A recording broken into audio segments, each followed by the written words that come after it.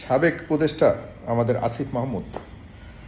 আসিফ মাহমুদের পিএস বা এপিএস ছিল মোয়াজ্জেম।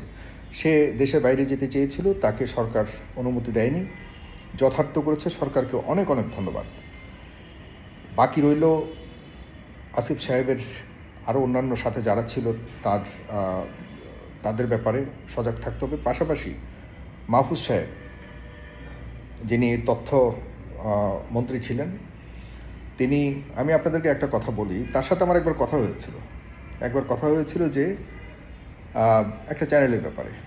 কারণ আপনারা জানেন যে ফেস দ্য পিপল আসলে দীর্ঘদিন ধরে, এবং আপনারাই নিজেরাই সবসময় বলেন যে ফেস দ্য পিপল এই আমাদের 24-এর আন্দোলনে একমাত্র মিডিয়া হিসেবে কাজ করেছে। যে এই ছেলেরা, যাদের ফলোয়ার্স 100 জনও ছিল না, আজকে তাদের ফলোয়ার্স 3-4 মিলিয়ন, তাদের ওই স্ট্যাটাস দিত, তারা কোথায় বসে দিত এটাও জানতাম না আমরা, কিন্তু তাদের আইডিকে ভেরিফাই করে, তারা সঠিক আইডি কিনা তাদের ওইগুলো ভেরিফাই করে আমাদের ফেস দ্য পিপলের, আর তখন তো আর কোনো মিডিয়া এদের জন্য কাজ করতো না, এদের কোনো কথা মিডিয়া প্রচার করতো না, বাংলাদেশের কোনো মিডিয়া প্রচার করতো না। এগুলো কিন্তু ইতিহাস, এসব সত্য ইতিহাস ভুলে গেলে চলবে না। তখন আমাদের এই ফেস দ্য পিপল রাত দিন 24 ঘন্টা খেয়ে না খেয়ে এদের বিভিন্ন ধরনের স্ট্যাটাসকে, 24 রিলেটেড স্ট্যাটাসকে ছড়িয়ে দিত। মুহূর্তের মধ্যেই লাখ লাখ শেয়ার হতো, এবং তারা একদম মুহূর্তেই তারা জনপ্রিয় হয়ে উঠেছিল, আমাদের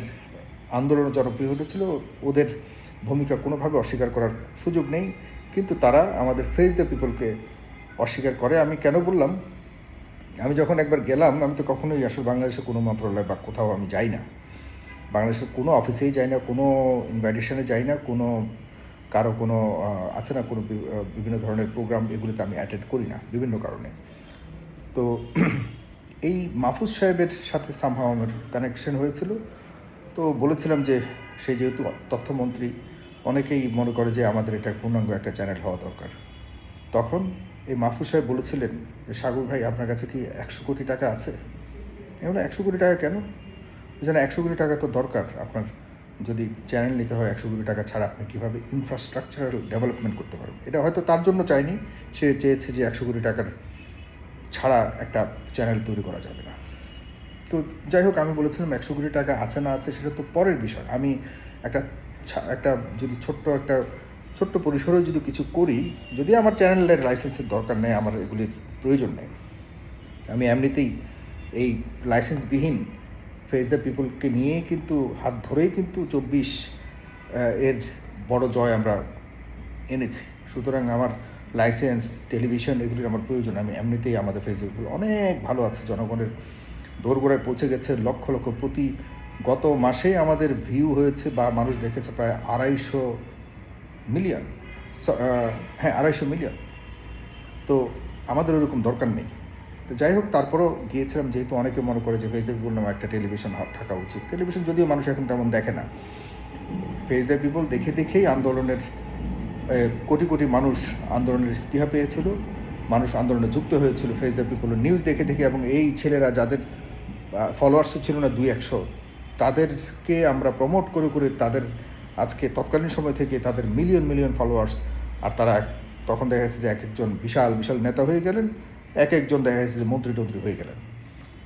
তো এই ছেলে মাহফুজ আমাকে বলে যে 100 কোটি টাকা তো লাগবে ভাই।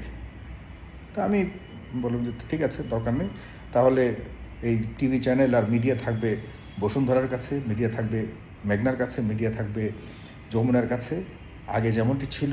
মিডিয়া থাকবে সালমান এফরমানের কাছে, মিডিয়া থাকবে সব বড় বড় জায়ান্ট যারা কোম্পানি, তাদের কাছেই থাকবে। জনগণের কথা বলবার মতো মিডিয়া থাকবে না। কারণ জায়ান্টরা কিন্তু একজন আরেকজনের সত্যিকারের নিউজ, দুর্নীতির নিউজ কখনোই করে না। একটা আন্ডারস্ট্যান্ডিং থাকে তাদের। যারা ব্যবসায়ী, তারা কখনো আরেক ব্যবসায়ীর পেছনে লাগে না।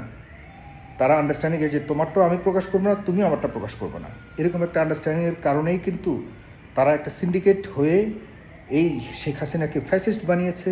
শেখ হাসিনাও তাদেরকে ব্যবহার করেছে, শেখ হাসিনাকেও তারা ব্যবহার করে আমাদের দেশে ফ্যাসিজম কায়েম করেছিল, এবং যার দরুন লক্ষ লক্ষ মানুষ বছরকে বছর সাফারার হয়েছে। বিএনপি জামাতের যে আমি বিএনপি যে আমাদের কথা এই কারণেই বলছি, তারা বড় দল হিসেবে দীর্ঘদিন তারা সাফার করেছে, তাদের নেতা নেত্রীরা দেখা যাচ্ছে যে বহু ধরনের অত্যাচারের শিকার হয়েছে, নিপীড়নের শিকার হয়েছে। মিডিয়ার রোল সবচেয়ে গুরুত্বপূর্ণ ছিল। আপনারা জানেন ভালো করে যে বাংলাদেশে যখন আন্দোলন চলছিল তখন এই বাংলাদেশি প্রত্যেকটা মিডিয়া বলেছিল যে এই আন্দোলন জঙ্গিদের আন্দোলন এবং শেখ হাসিনাকে ভুল পথে নেওয়ার জন্য এই মিডিয়াগুলি যে কি ভয়ঙ্কর ভূমিকা রেখেছিল আমরা ভুলে গেলে চলবে না। সেই মিডিয়াগুলি এখনও পর্যন্ত রয়ে গেছে, শুধুমাত্র শুধুমাত্র হাত বদল হচ্ছে। এত নিকৃষ্ট নির্লজ্জ অবস্থা দেখতে পাবো কখনোই চিন্তা করি। কসম, আমরা হতাশ এবং বুকে অনেক বেদনা নিয়ে, বুকে অনেক ব্যথা নিয়ে আজকে কথাগুলি বলছি। এই মাহফুজ তখন বলল যে 100 কোটি টাকা লাগবে, তো বললাম তা আমার দরকার নাই, তাহলে না ছেড়ে দিয়েছি। কিন্তু ঠিক কদিন পর ইন্টারেস্টিং হলো, কয়দিন পর শুনলাম মাহফুজ 2জন স্টুডেন্টকে টিভি লাইসেন্স দিয়েছে।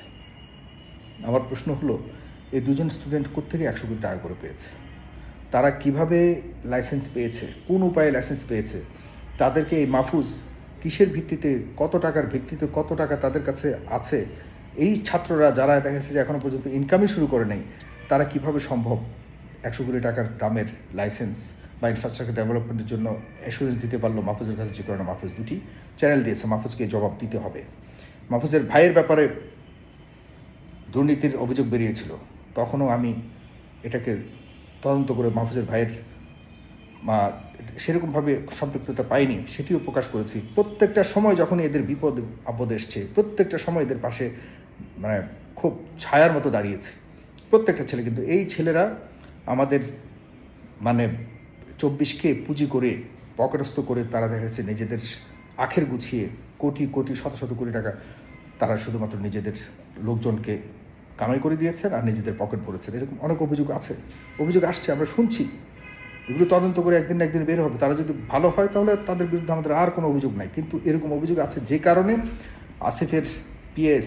আসিফের ব্যক্তিগত সহকারী এপিএস, যে তার বিরুদ্ধে বড় ধরনের দুর্নীতির শত কোটি টাকার অবৈধভাবে ইনকামের অভিযোগ রয়েছে। মুয়াজ্জেম, যার বিদেশে যাওয়ার কথা ছিল, তিনি আবেদন করেছে, সরকার নাকচ করেছে। এখন আমার প্রশ্ন হলো, এরকম যতজন আছে ততজনের বিরুদ্ধে যদি প্রপার ব্যবস্থা না নেওয়া হয় তাহলে কিন্তু 24-এর 1,500 মানুষ যারা প্রাণ দিয়েছে তাদের সাথে প্রতারণা করা হবে। এই প্রতারণা 24-এ যারা অন্যান্য যোদ্ধারা ছিল তারা কোনোভাবে সইবে না।